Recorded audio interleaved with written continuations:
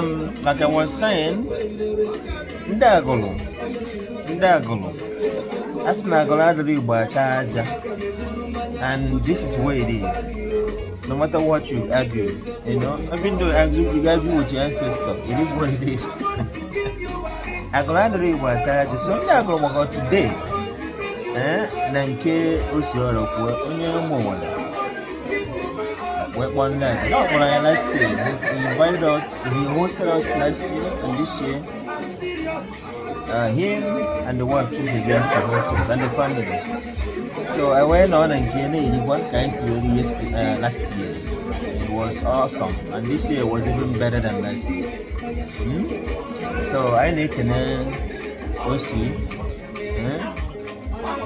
Ichie Nkeonyema, I need to make us host in that.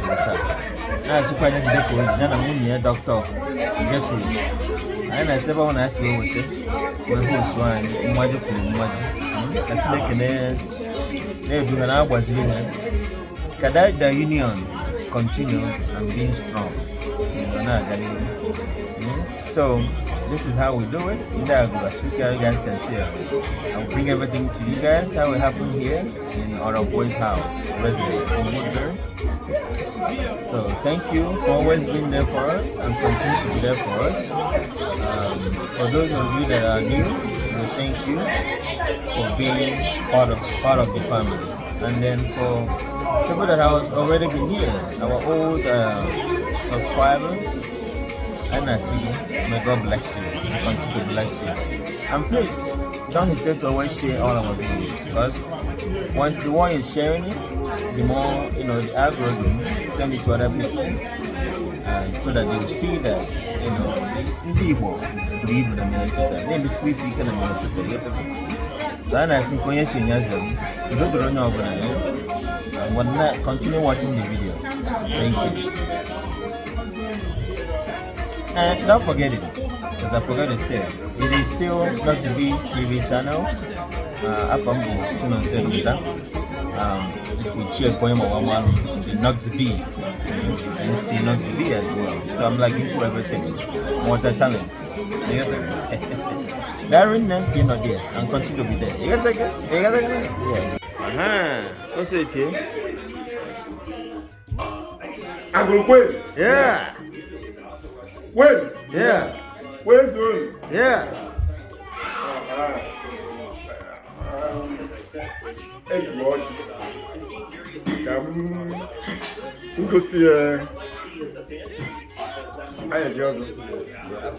Anya Ichie Nkeonyema. Ndị Ichie. Nnukwu ọgọ ngọkọ.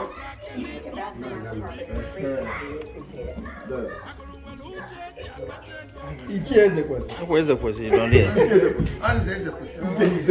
Ezekwesili. Nkeonyema. Aka m lia, eso m. Ndị be anyị ọjị aga nọ. Ka anyị zie onye ga-agọzi anyị nwa nna anyị ọgọ nwoke isi akwụkwọ ọnwa obi. Anya ji ọzọ. Anya Ichie n'onwe ya.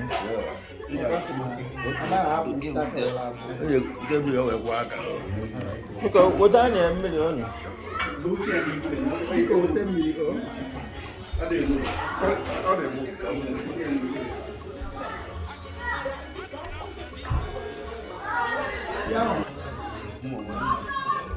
So, tata anyị zụkwa ka isi ezu. Ndị bụ ndị bag ka anyị tọtụ dị ndị ga n'uko. Ịghọtago? So, ka anyị na-emelụbie ka anyị na-aga. So, like I was saying, ọ ndị Agulu n'ọgbọ anyị na-eme kwa arọ. A sị na ụkwa ruo oge ya, ọ daa. So, tata bụ 29th of November. Ndị Agulu wee gbakọtara na nke Osioro kwue ka anyị bịa nọrịa. Nyawakwara anyị aka gara aga, nyawasịkwa anyị bịakwa taa. Ka anyị bịa nọrịa, anyị ga na-eweta unu ka o si aga. Unu apụkwana dị ya. Onye ji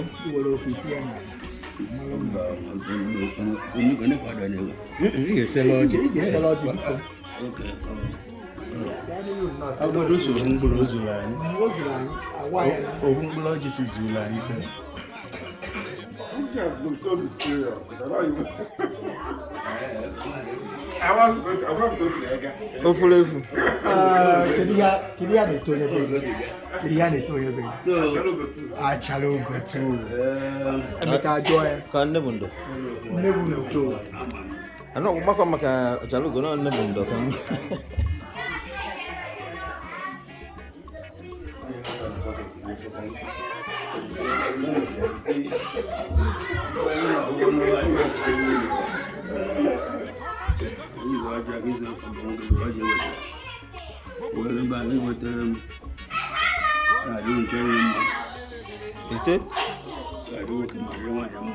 You see?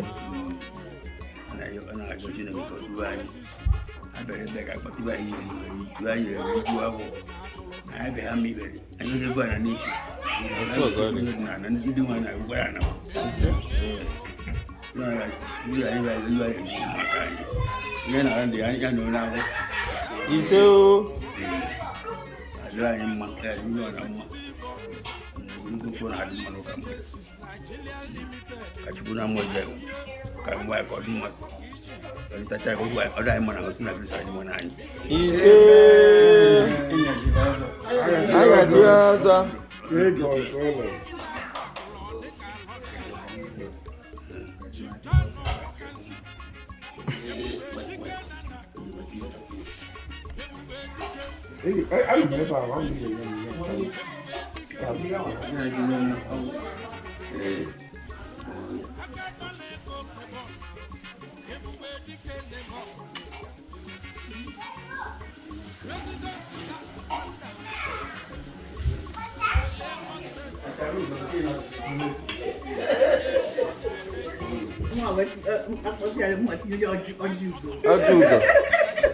Ajugo. Nake kwa nke a na-etu gị. Chioma ọfọrọ nke nwa. Mmadụ nchọ ya zawazi adịna ada Jizọs. Jizọs oyi ezukwara ike. A na-adọkwa Jizọs a. A na-adọ Jizọs a bam. A na-adọ ya bam. Ka adọ dị enye Igbo. Ada Jesus.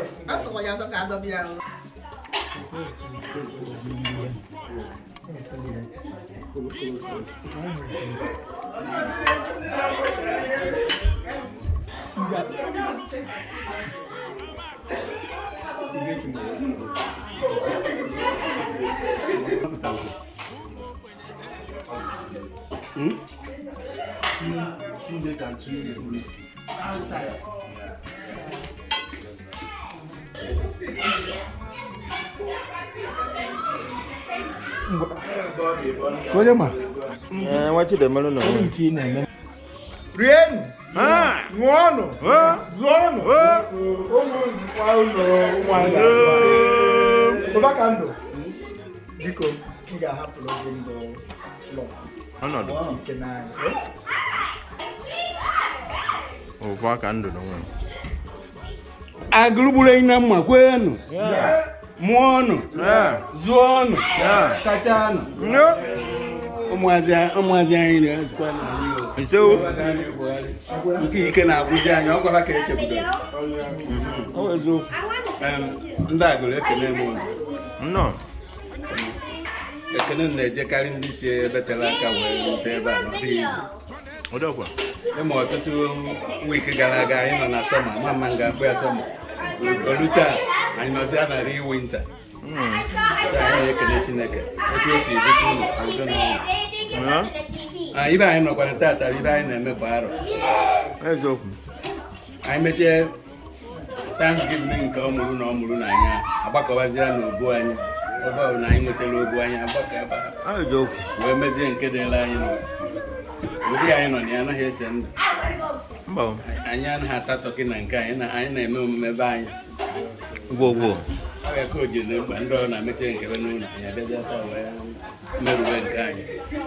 Eziokwu. Anyị na-ekene onye anyị nọ n'obu ya na-enye ya ekene. I will bet you. Maka accommodation onye la anyị ya na onye bi o mekwere last year this year o si na bia na ata anyị ụta anyị bịa ọkwa so anyị na-ekene ya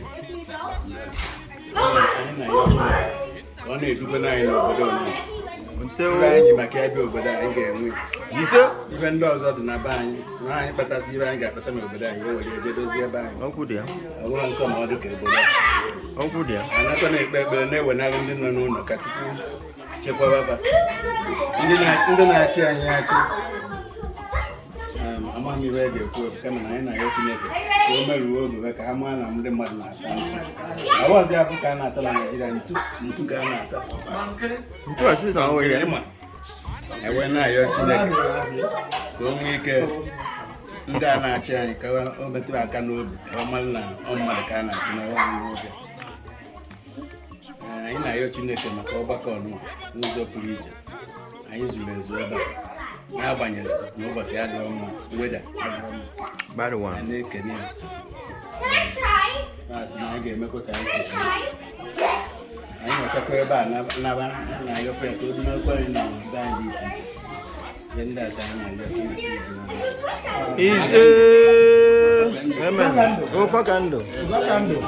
anyị ekene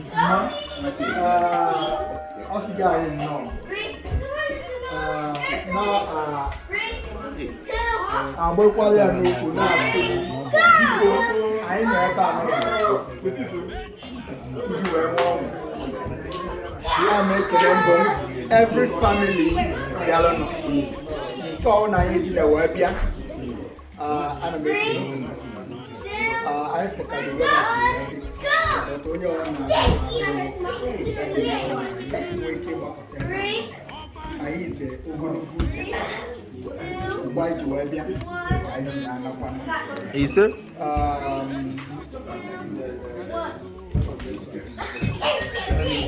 oke ndị nna anyị ekwuo n'okwu anyị ga-akpọkwa ndị nwunye anyị bikọsa ihe ọ na-eme nwaanyị kwesịrị ịnọ so anyị ga-akpọ ọkpara na anyị onye ga-edu anyị n'ekpere Anaka ga-achịkọtara anyị ya kene Chineke nna Princess nna m abụọ kene Chineke nna maka ndụ o nyere anyị onye anyị lụzo this year ebe ndị ọ na-ekweso ga-akpọ kpamkpọta Chineke nna mere nke ozi ọrụ chi so ga-ekelere anyị No.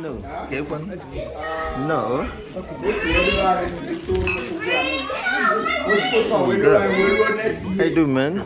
Good to see you. Yeah. So. Yeah, go on. It's okay, baby, right? Yes. Nebundo. Okay. Nebundo. That's one of princess here, baby. I want to make class here.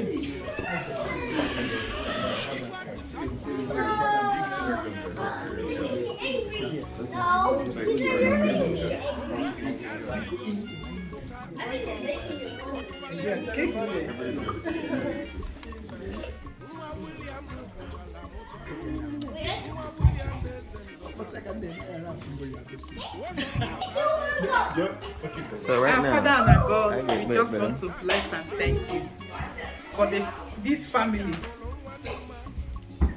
of Agulu people, of Agulu community that have gathered to thank you. It's our annual Thanksgiving. yes. We have gathered today to give you praise, to bless you, to glorify you, to adore you, to exalt you for all your goodness to us. Yes.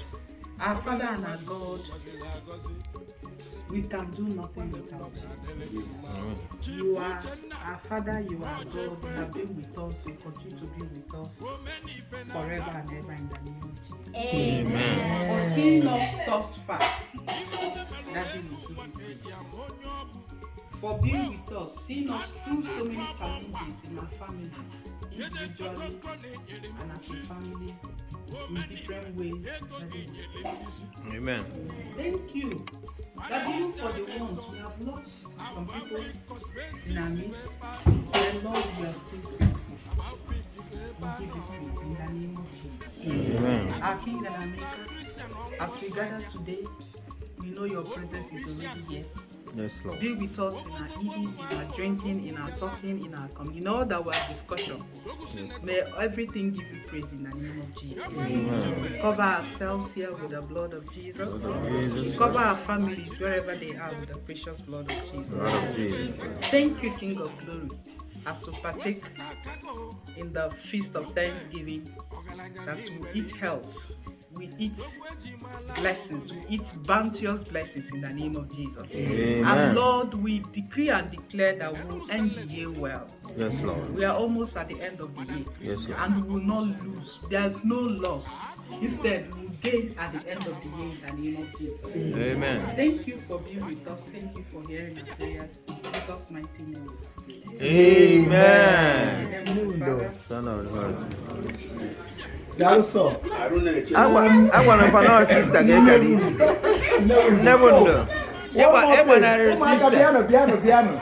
I get take him a picture before now. Yeah, before some people are Let's never. take picture. Oh, when I always see them move. Check I can see where. Oh, when you're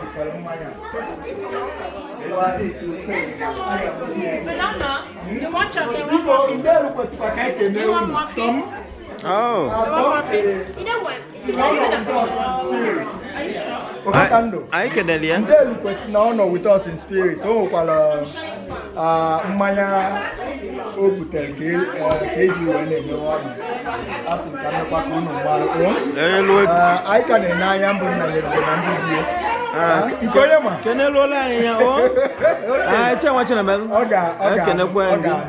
Anka gabi na ọnọrọ ka njọ ajụjụ ọnụ.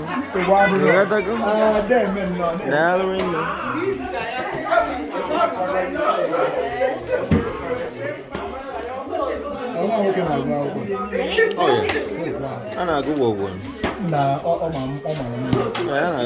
A na-agụ library all the time. I like it.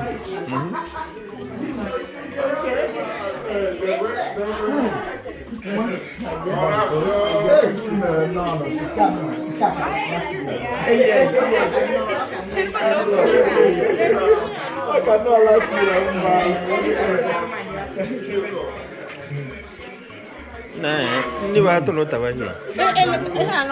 Wang ye ri cheni na princess. Hey, what we be gbaga?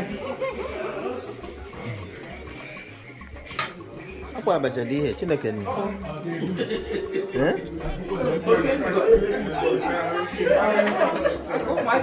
Na kwano manya. Oh, gene de.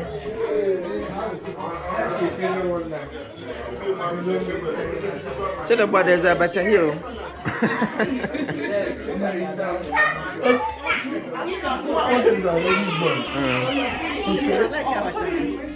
Ana. Oh, gini. Achalugo. My dear. Keki man. Doi. Keki si chakwana makanda aglo na mi fatal. I'm so happy. I'll come together again. Abi. Yes. Can you wish your wishes? Well. I wish them prosperity and progress in their life, in their endeavor. You say? Can you wish you wagi? Happiness and joy. Long life. I like that one. With good health. Good health. That's part of it. I don't know. Thank you. I forgot one. Achalugo wine. Yeah. Na aglo. Yes. Okay, don't wing. Nando gri wo. Okay, de. Ilulu no. Ah, can no grenade. Yes.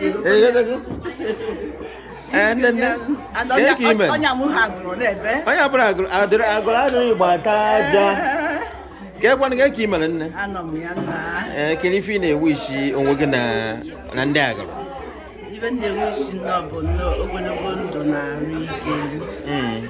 one young wish and when you feel what I ever went about, They're in there. Get one half, oh? Million, why do we come million? Thank you. It's in a million. I can go and get Princess. I said, a princess. Neo princess, the princess. If you know which one will be this year and next year, the gaba. Why not? I work. Got the cage. It's an hour. Got the cage. Wow. He said, no.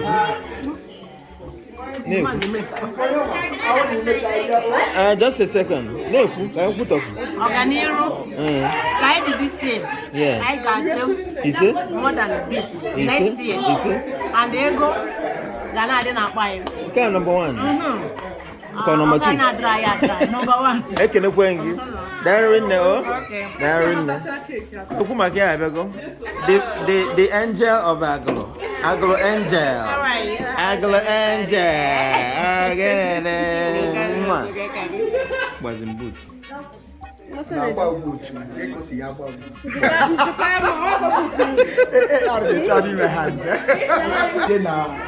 Biko, onye nwere ihe ọ ga-agwa Noxyb B. Noxyb B. Oh yeah. You're blessed. Thank you. Nine on the Thank you. What can I be doing there? Okay. Ask the ladies first. Biko, ka anyị ga-anọ ntị. Nwunye anyị chọrọ ịgwa anyị okwu. Na ibido from now.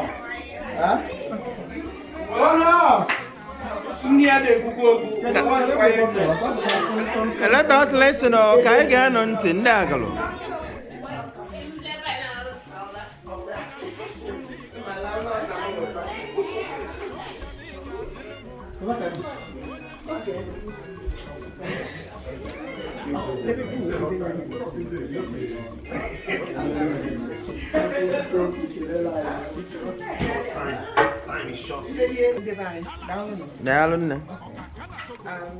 One of my oldest son.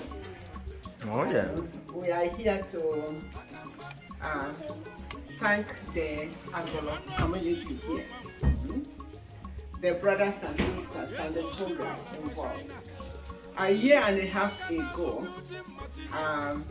the change in our life was started, which we did not expect at that particular time.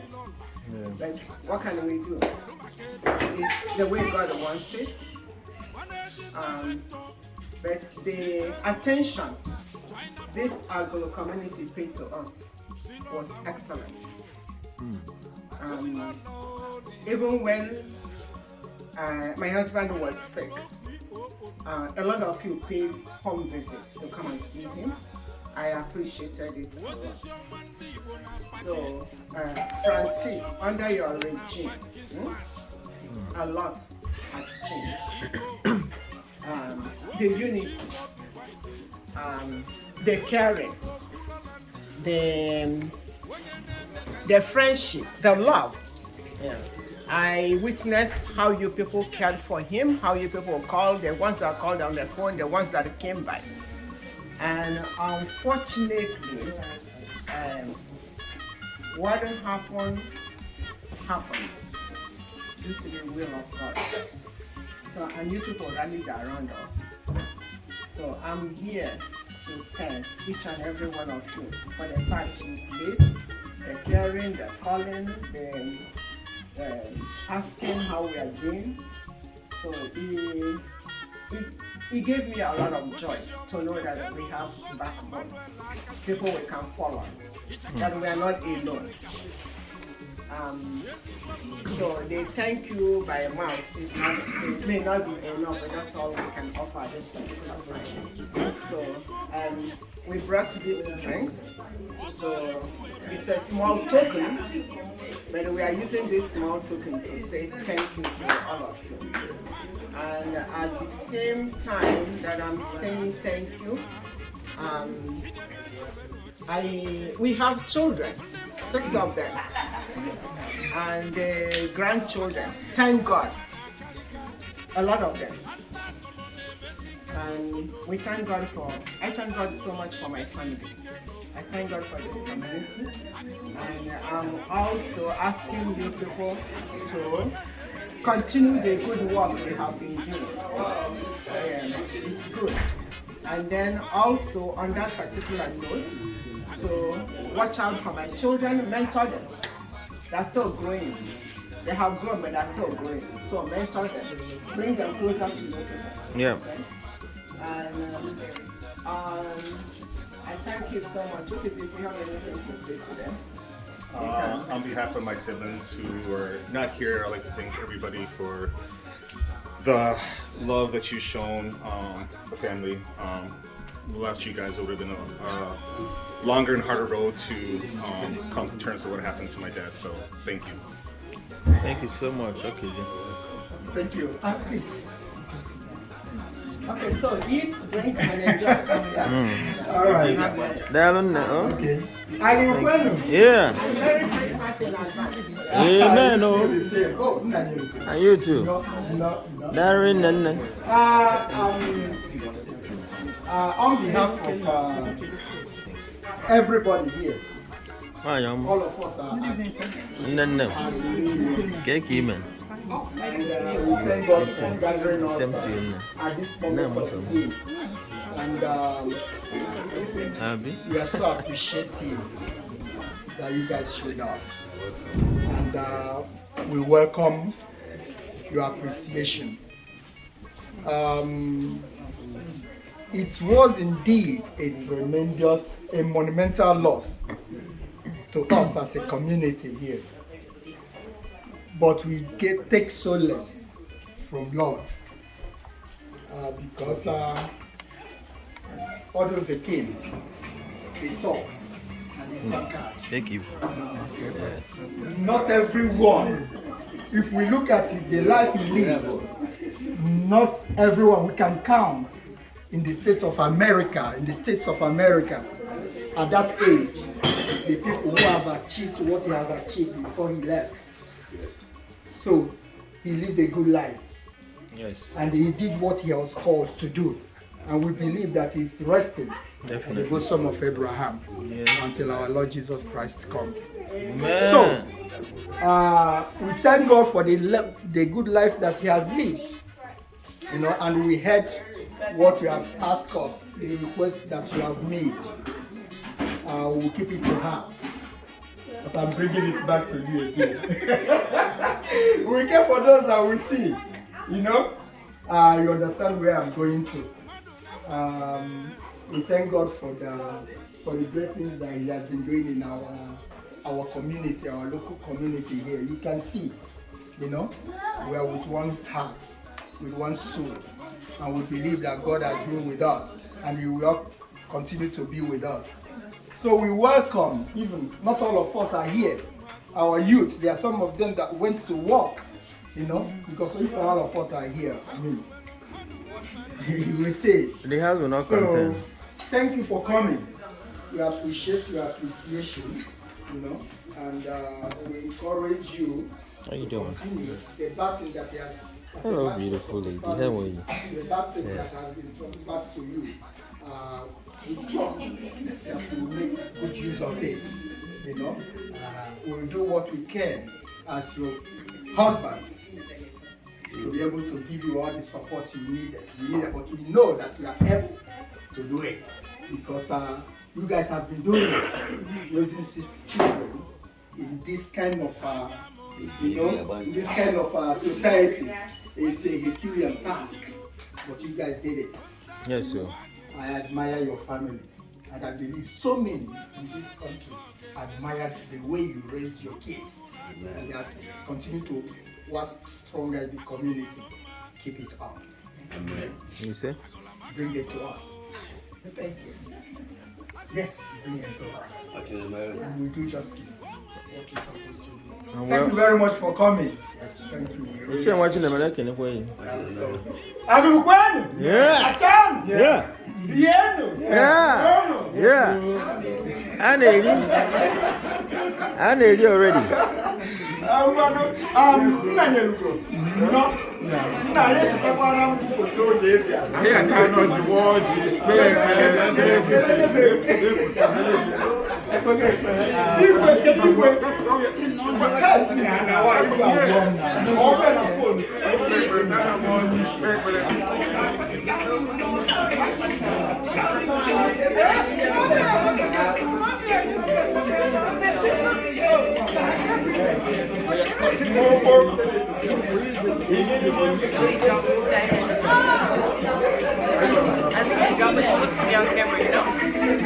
My small madam. Small madam.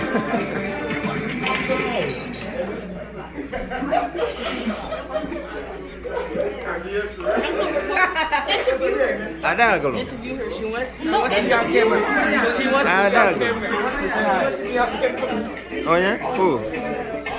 What? She wants to be interviewed. She wants to be on camera. Hello. Our princess. KJ. Kevin.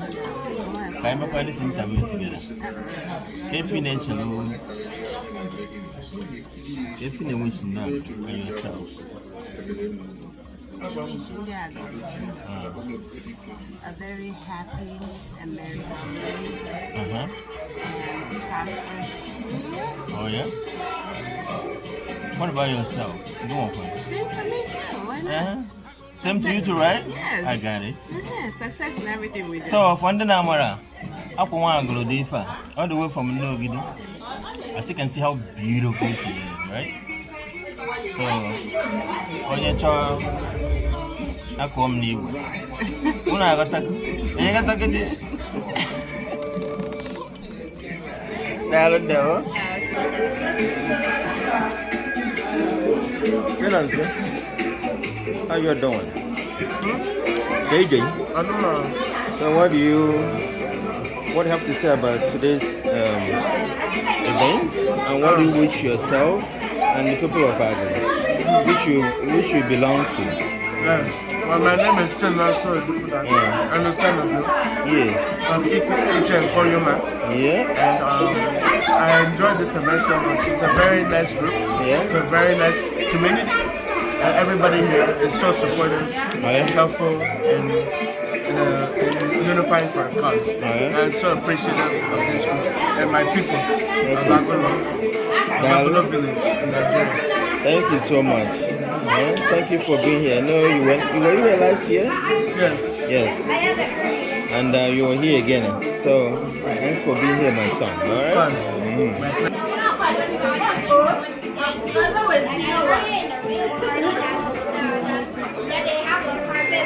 The princess. Nebunda.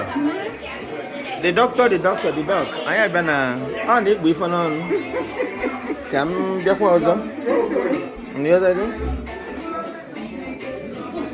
Nick uncle here. So I don't care or of one or when.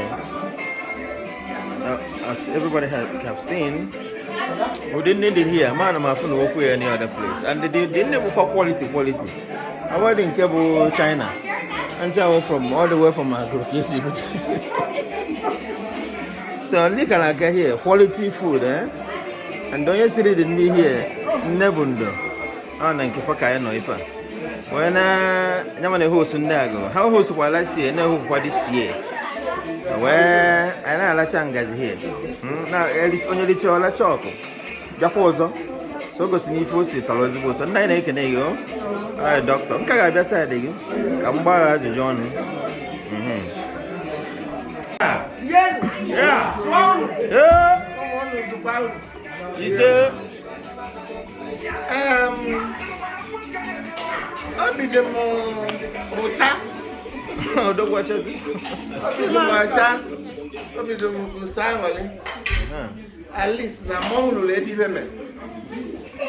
I shake you. I'm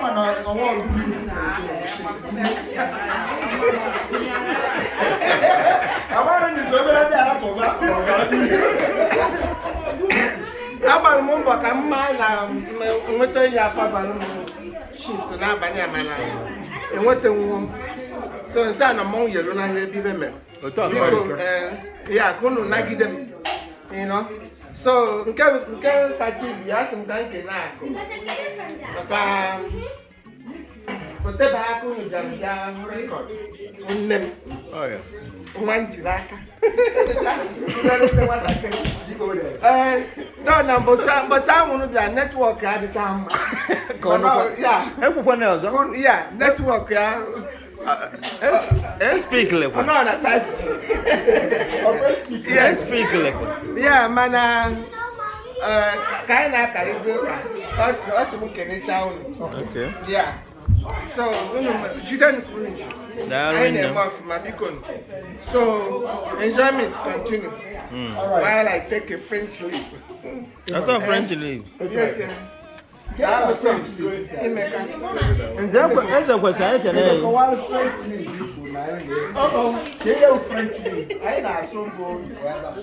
Ọ ka m jụrụ asị French leave. Biko, gwa record kene eru na aka o. N'ebe anyị Ijama. Too fresh from like morning star. Again, then.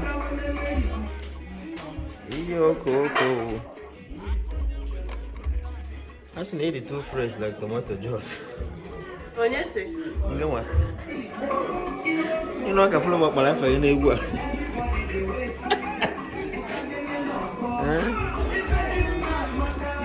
No. I have been on do you? Can you feature Maka man again in the Agulu? No colonel, Namboda, Nabora, Kwe. Can you feature? Nobody get Melindago and yourself too. Yes. All Thanksgiving season, right? Thank God for the opportunity in your life. Yeah. To celebrate Thanksgiving. Together, yeah? It's a big blessing. It is. Staying together in the community and in our families together. Thank God. It's a big celebration and it's a big opportunity. Yeah. For that. Yeah. I will continue to pray God to continue to unite us together in love, unity, yes, understanding, yes, and to God to bless us in the help nine yeah, our endeavors. Yeah. Amen. And for myself, you know, and my family too. May God continue to bless us. Amen. Bless our handwork, prosper, and to live a good life. You see? And also good health of mind and body. You see?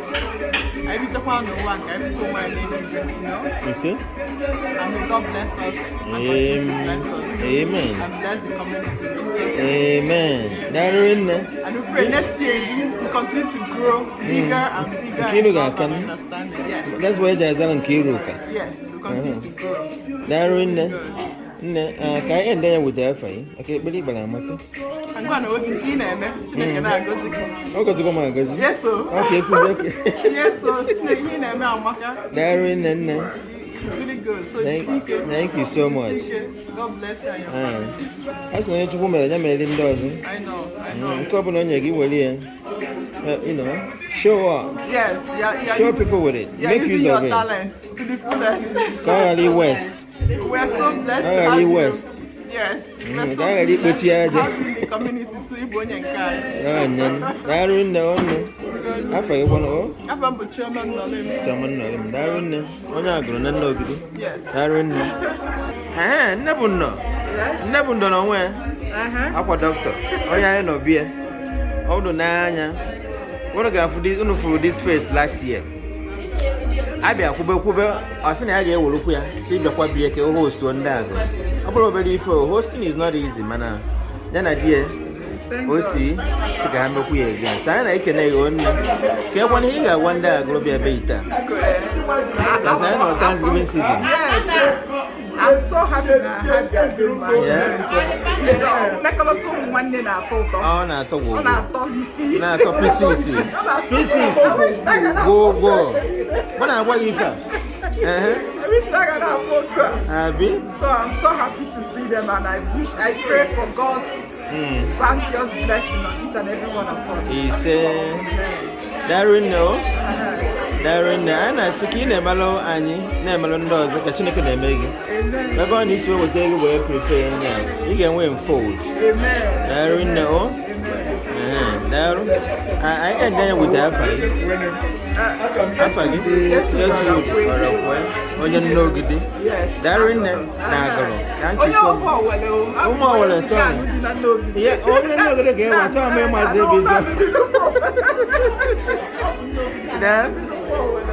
I know, yes, yeah. I mix in the mix. I'm not going to go more. Which one? No more, well, yeah. Oh, familiar on it. That in there, yeah. Oh, don't walk it. It's watching the man. I know. I realize an able president in Agulu, Minnesota. Because what can I have again? If I get back, Nkeonyema, our president, but I like Ghana or chief servant. Chief servant. My name is president. Get what money I mean. My name is Achita. It's a word. Senator. Yeah. I collab on what you were connecting now. Yes. Because we are all in an Godano. Ghana for Thanksgiving. Don't will offer us hand a walk with an apple. Did you wake an embo, Conyo or an bello? Yes, or a net bello or the Sabine. When the lap or bello say, call in that bello. Many people know whether. Or from Sarah said that also. But it's Thanksgiving. Yes. Each way go see na you own I name no well boy na they do I want to can only Sabine those who do I do farm well to go. We can make you for where papa for na bia. Our men are now every Saturday, so Thanksgiving, was Thursday. Yeah. Thursday, Thanksgiving, then Friday. Depending on Thursday, every last Thursday. Okay, Thursdays. Every last Thursday. So you won't know that on a Thursday. Okay. Oh, Thursday, because a labor day on Monday. Yeah. So Thanksgiving our last Thursday. Okay. Every November. I always say the Christmas. Black Friday. So Black Friday now one family. Yeah. You only get me shopping. You make shopping. Where's the guy work that Saturday? I do you and they can be Agulu. You what no call it that? Ichie Nkeonyema making you will call it on your you know. This year has been a very peaceful and graceful year for us. Yeah. Even though now you lose some of like this year, but we thank God for a life well lived. Yeah. You know?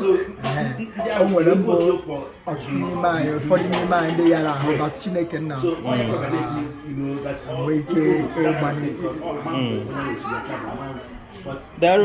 So I make a Chineke, you know, and I be annoy you. In I am Biano for I know why. So I cannot do Chineke now. And hopefully by next year I got no cover. Yeah,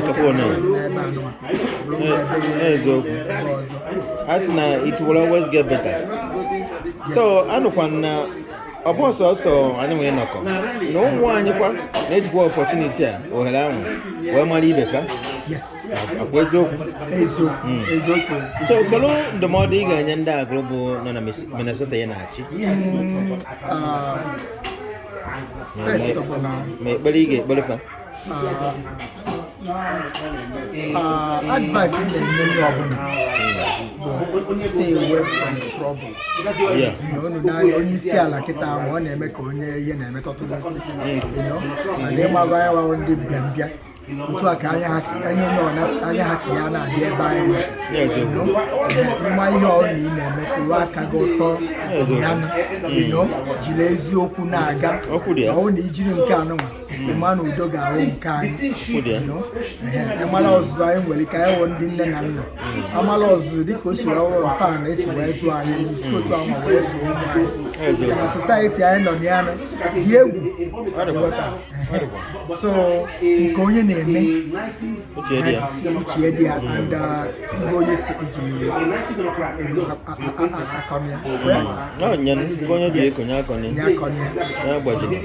ụmụ anyị kwanụ ụmụ anyị ha ga na-eto n'egwu nke Chineke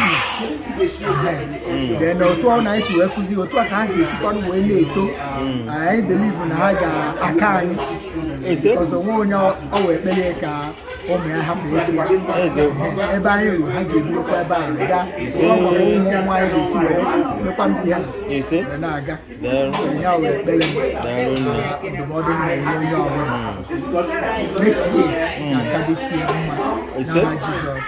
Amen. Anyị na-ekene gị nne esokwa m na ndị ị na-achị so ahụize gị ị na-achịta anyị mma a na-asị na ọ bụrụ na ọchịchị wụ na anaghị alịtụ alịtụ na ị ga-achịrị gaba onwedị onye gị na-anaghị ama aka so anyị na-asị gị jide ka iji ị na-achịta nnọọ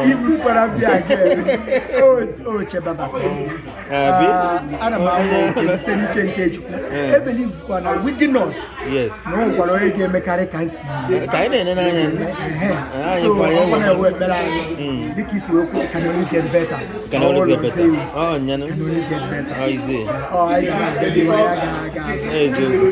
darụ nne chere anyị na-aga anyị kwụrụ n'azụ so ka anyị welu anyị pechie onye wute afa gị kere afa agụ na nke a na-etu gị oke afa m bụ Francis Chukwuemeka Okoye ya na-etukwana nwa Chinemelụ ahụ onye isi ama Igbo na Anagụ anyị na-ekene gị nne by the grace of God dịka isi okwu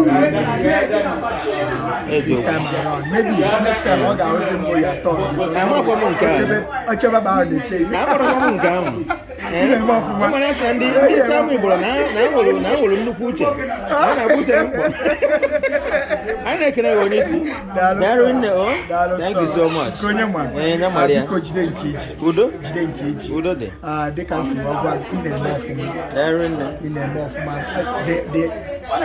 they recognize you in the community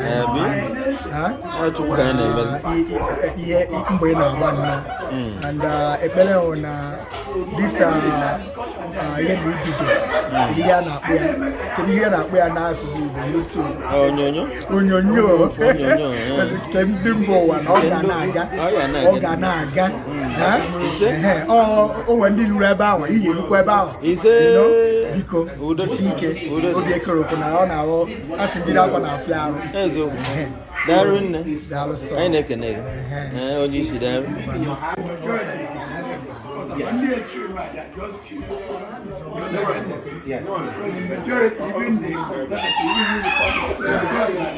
I'll bụ Chionye. All the few people that yes. Okay, okay. Yes. So not the majority. Had very loud. You cannot win. Yeah, party very loud.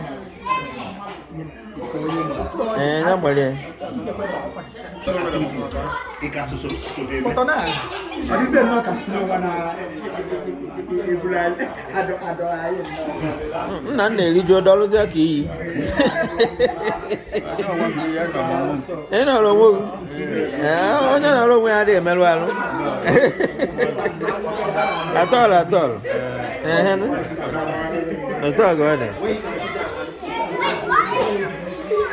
So these are our beautiful kids. They're all Agulos.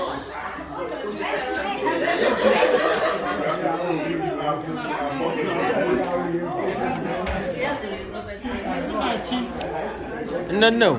Yes, sir. I have been on no doing.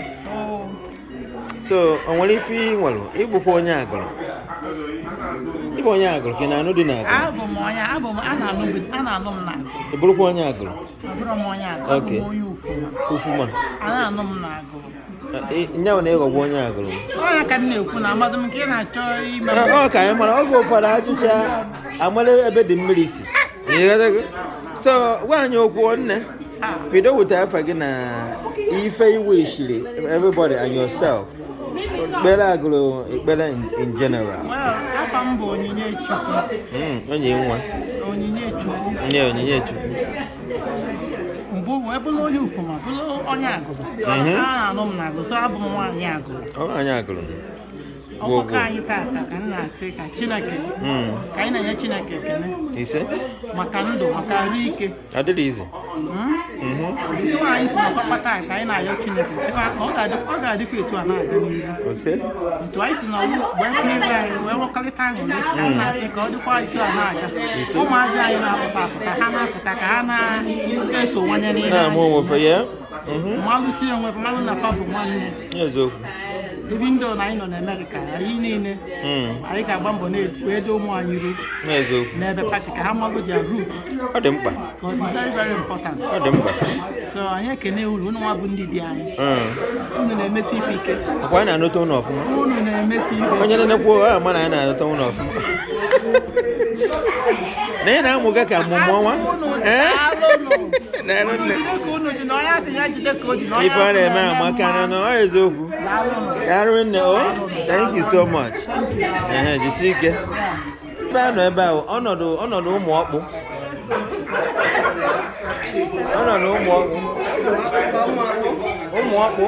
My father, one if I borrow more. I'm only telling you.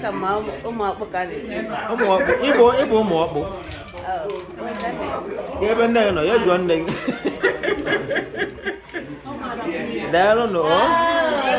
So I didn't know. Oh, and then I'm doing Agulu. And I know for now, no see Facebook. Yeah, Chaluga wine. You know, get it. Eh? They can say, man, doctors, lawyer, nurse. I want to kill one. I don't care, no, so Kalaka. Onye nnogi ndị nnogi dị maka ndị nnogi aka anya ebe nnogi dị kakwa anya ebe ahụ a ga-amụ ife merie ya nnogi dị ka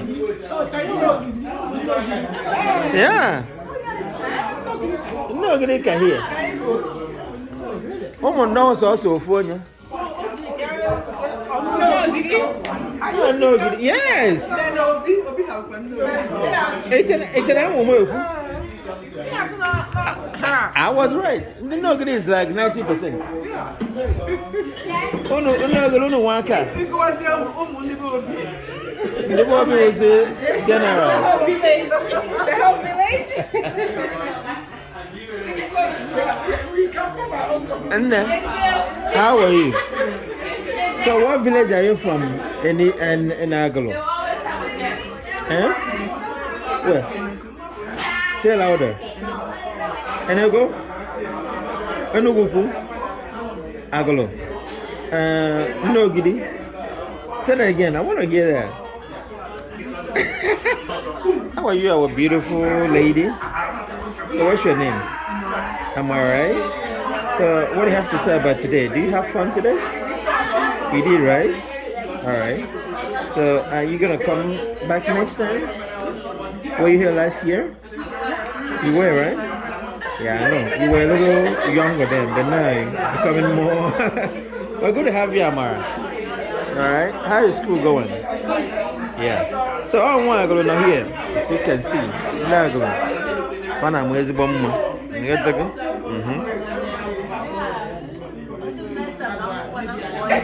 Hey. Oh, yeah, got it. How you doing? I'm good. Yeah. You just came in now, no? You're one of Agulu too. So you're here to celebrate with your brothers and sisters, yeah? So what do you have to say about today? Just in a quick one? It's all about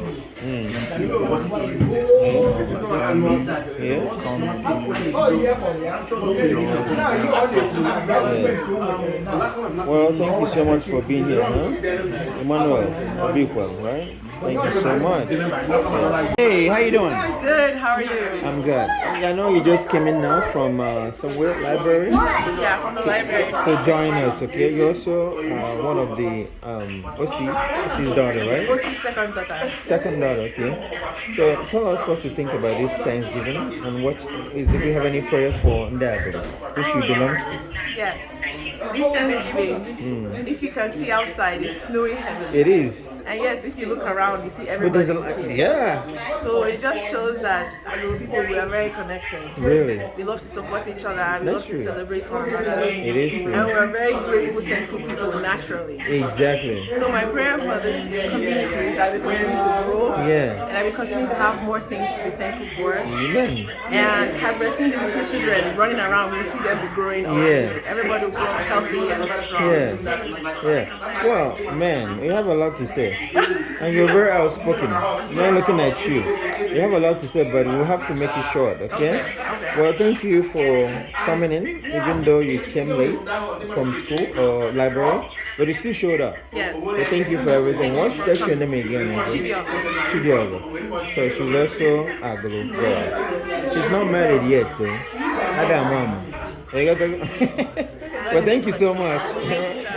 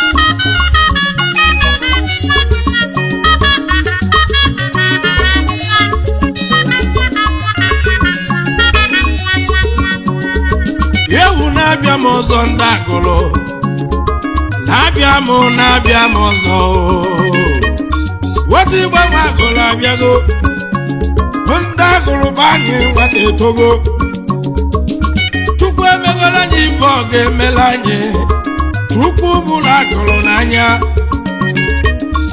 Agulu malụ mma Agulu amaka mma Agulu bụ anyị ogene kọrọ unu o nwere ibe anyị lụrụ n'omume ibe anyị lagụrụ n'onyeleba nkịtị ibe dịka Agulu ya akọna m Agulu ji mma wegbu enyi maka gịnị na obi kwebi ike Agulu nwere uche eji akpata ego Agulu nwekwuru obi eji eri ego eri Agulu nwere ndị mmadụ ndị ọbụbụ odogwu Agulu na-emekọta ibe ọnụ na bebe onye amụrụ Agulu na-ebe onye amụrụ Agulu na-akpa ọzọ agụlụ adịghị igba ataja o nwere ibe o ji ikwu onye bụ okwu agụlụ adịghị igba abụrụ ọnụ tata agụlụ asalụgo ọkụ agụlụ ebuka agụlụ nwelu mmadụ na mba niile agụlụ nwelu mmadụ na mba niile ndị ji mmadụ obodo ekene agụlụ nwelu mmadụ na mba niile agụlụ nwelu mmadụ na mba niile ndị ji mmadụ obodo ekene ndị na-ekwu okwu fa na onwere ife fa na-eme odogwu sikari odogwu ka igada sikari igada the voice of voiceless speaker of the speechless agụlụ amaka mma ụmụ agụlụ ekene ewo ụmụ agụlụ nwelu mmadụ na mba niile ndị ji mmadụ obodo ekene ewo ụmụ agụlụ nwelu mmadụ na mba niile ndị ji mmadụ obodo ekene ndị na-ekwu okwu fa na onwere ife fa na-eme odogwu sikari odogwu ka igada sikari igada the voice of voiceless speaker of the speechless agụlụ amaka mma ụmụ agụlụ ekene agụlụ amaka mma agụlụ ji mma wee gbuo enyi agụlụ amaka mma ụmụ agụlụ ekene agụlụ amaka mma agụlụ buru ibu wee bụ ụba agụlụ amaka mma ụmụ agụlụ ekene agụlụ amaka mma onye amụrụ agụlụ ọ na-eme agụlụ amaka mma ụmụ agụlụ ekene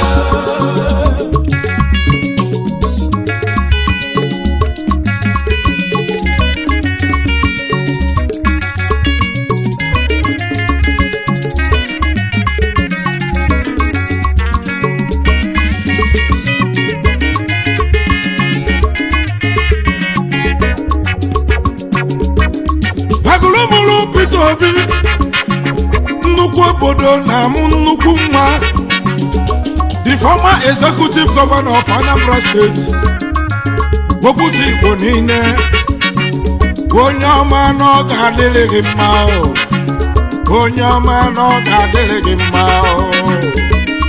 Chitochukwu Ezisi akụyie nwata egwu na agụlụ o mepụrụ onye ọ na-arịala alụ meyo na clearing and forwarding ka iji karịsịa ọgaranya akpala ego zụbọla chairman chief executive officer Imalin Agencies Nigeria Limited akụye nwanne m jide ekwo ka iji